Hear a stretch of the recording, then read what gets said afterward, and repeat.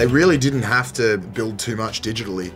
I mean, some of the kind of, they sort of broke down a lot of the real landscape of Chicago. You know, some of those aerial shots are legit, and they just kind of pull pieces off those buildings. I loved what they did, how they dilapidated the buildings in the opening sequence. Oh, and also the Sears Tower that she zip lines through. I was excited about these really famous buildings in Chicago and then being sort of treated in this way, and then them using it, you know, in a different function as they're used now. That was exciting to me. That was exciting. It was cool, and I think people really responded to it as well. Neil Berger, our director, did this extraordinary thing where he creates this very specific world of Divergent Chicago, but it really uses the city as well. So there's some things, there's this great blending of what are special effects, but also Chicago as we know it, and that was a really fascinating thing to step into.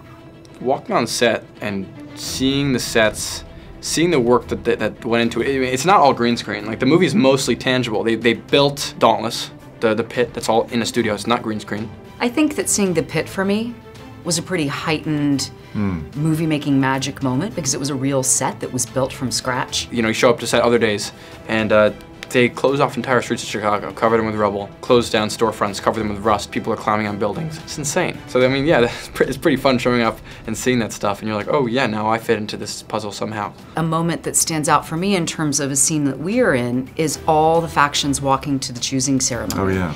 And to be on the streets of Chicago with everyone dressed as amity, as candor, as abnegation was really incredible.